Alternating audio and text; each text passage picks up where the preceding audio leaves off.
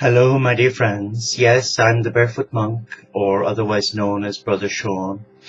I used to be known as the Barefoot Angel Man when I used to run retreats around the world in my bare feet, but today I live a very simple life as that of a contemplative, enclosed, independent Franciscan monk. I am part of the Teo community of St. Francis, a beautiful vision given to my heart as I knelt at the tomb of St. Francis back in April 2008. And you know what's so beautiful? It wasn't my intention to be there, but circumstances had it, or call it synchronicity, that I was in the right place at the right time to hear the voice of the Barefoot Galilean and Francis speak to my heart.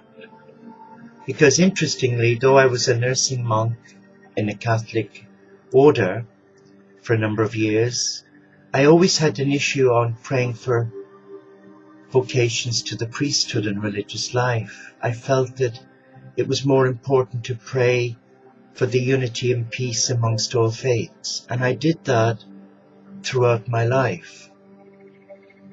And I wasn't surprised when I look back on why Francis should ask that of my heart with Jesus. Because when I look back on how many people have become alienated from a loving God, through dogma, through in-house rivalry, through that competitive edge that alienates the soul because they're perceived as unworthy or not welcome. And throughout my life, I guess you could say I've been saddened by how we treat one another, the lack of respect we have for God's children. And I thank God that in the privacy of my own simplicity, rooted in Celtic spirituality as well as Franciscan, I see that we have a duty of care to all God's children, not just to those of us who are Catholic Christian, Methodist, Buddhist, Hindu, Sikh. We have a duty of care to embrace the divine in all faiths. Because I believe, call it my naivety, but I believe that in God's house there are many rooms, there are many mansions for all the holy men and women of all faiths and none. And who am I to stand in criticism of my brothers and sisters who have a love affair with their God, known by a different name, but still God?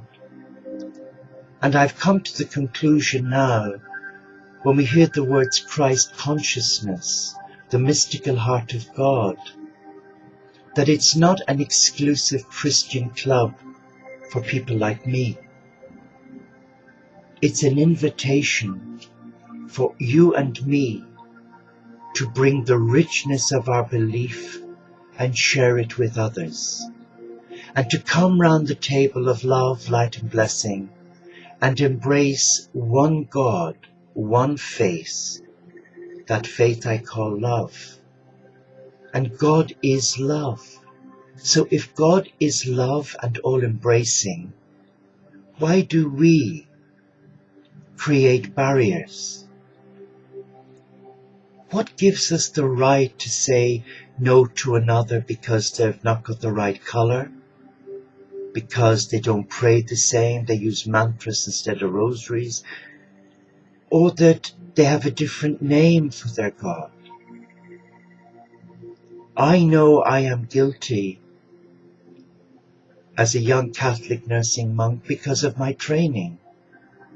But you know, I look back on that life and I thank God for the richness that I received from my monastic training. I received a wealth of love. I received many blessings, but I also inherited a lot of negativity, rooted in fear, rooted in guilt, rooted in low self-esteem and low self-worth. I never felt good enough. In fact, it's a horrible thing to say, but as a young Catholic monk, I never knew God. Well, certainly not a God of love. I was told he was a God of love, but I never felt it in community. All I experienced was that I'd broken this rule and that rule. I was kneeling in the wrong place. I was fraternizing with the nurses I was in training with. It was all negative theology, but thankfully that's changed. And today I know, and you know, that great strides have been made to integrate all faiths and come together as one. And I believe that we can learn from one another. I have a great respect for Zen Buddhism. I have a great love of the Hindu tradition and the love that they bring from their God into how they live their daily life, in how they care for one another, how they demonstrate a compassionate God from within to God without. So I believe we can learn from each other.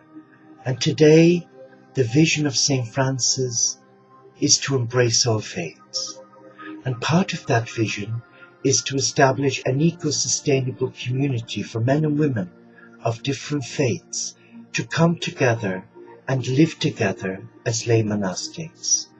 And in the ancient traditional teachings, esoteric teachings, of our brother and sister saints of Mount Sinai, where they came to God 3 times a day, sunrise, noon and sunset, to give thanks, to celebrate, to honor the divine in creation.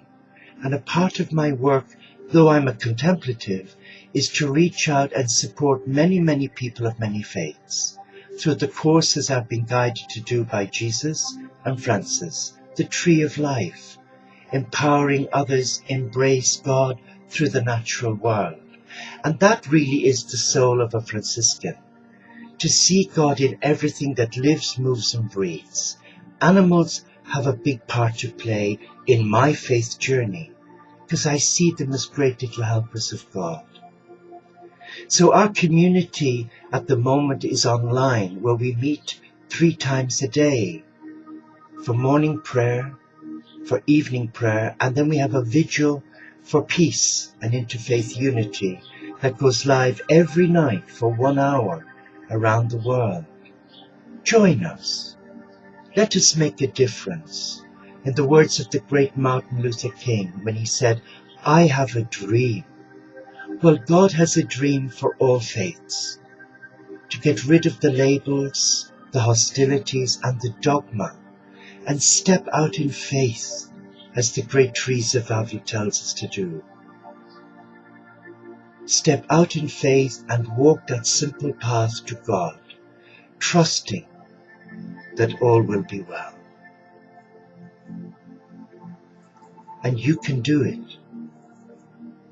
Because as an old saying from my monastic days is, if God is with us, who can be against us? And God is with us. And in this world today, yes, it's a beautiful world, but it's become desacralized through greed, through fear. Other values collude with those of us who try to live the simple life.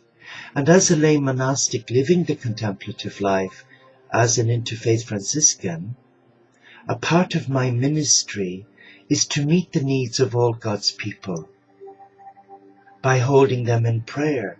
And that's what I've been trained to do, to be a prayer consultant and to hold all mankind before God and empower those who come to me for help, empower them self-heal by healing their inner wounded child, by letting go of all the negativity and baggage, and by embracing the simplicity of the love of a caring Father, Mother God.